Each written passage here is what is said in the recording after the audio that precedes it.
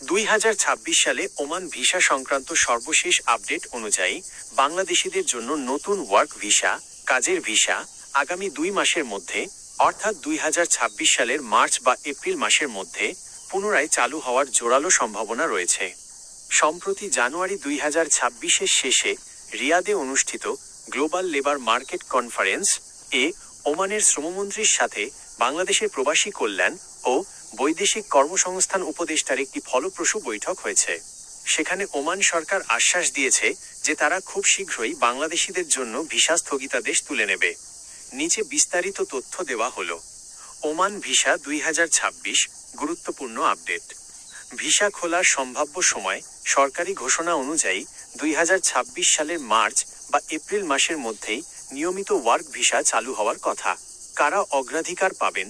প্রাথমিকভাবে প্রকৌশলী, ইঞ্জিনিয়ার, চিকিৎসক, ডক্টর এবং নার্স এর মতো দক্ষ পেশাজীবীদের অগ্রাধিকার দেওয়া হতে পারে। তবে সাধারণ কর্মীদের, অদক্ষ বা আধা দক্ষ ভিসাও পর্যায়ক্রমে চালু হবে। অবৈধ কর্মীদের বৈধকরণ।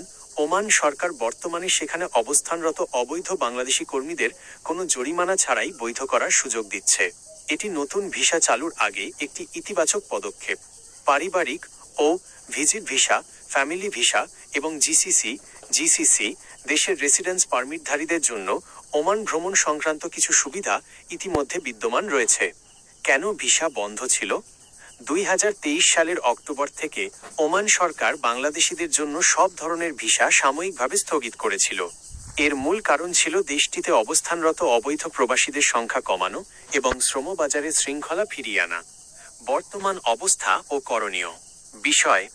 বর্তমান অবস্থা: ওয়ার্ক ভিসা 2 মাসের মধ্যে চালুর ঘোষণা দেওয়া হয়েছে। দক্ষ কর্মী নিয়োগের জন্য বিশেষ আলোচনার কথা চলছে। সতর্কতা: ভিসা এখনো পুরোপুরি সব ক্যাটাগরিতে উন্মুক্ত হয়নি, তাই যে কোনো লেনদেনের আগে সরকারি বার্তার জন্য অপেক্ষা করুন।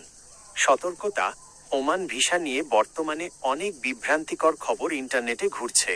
কোনো দালালের সাথে লেনদেন করার আগে অবশ্যই অনুমোদিত রিক্রুটিং এজেন্সি বা সরকারি দপ্তরে যোগাযোগ করবেন। আপনি কি ওমানের কোনো নির্দিষ্ট ভিসা, যেমন ফ্যামিলি বা ট্যুরিস্ট ভিসা সম্পর্কে আরও বিস্তারিত জানতে চান?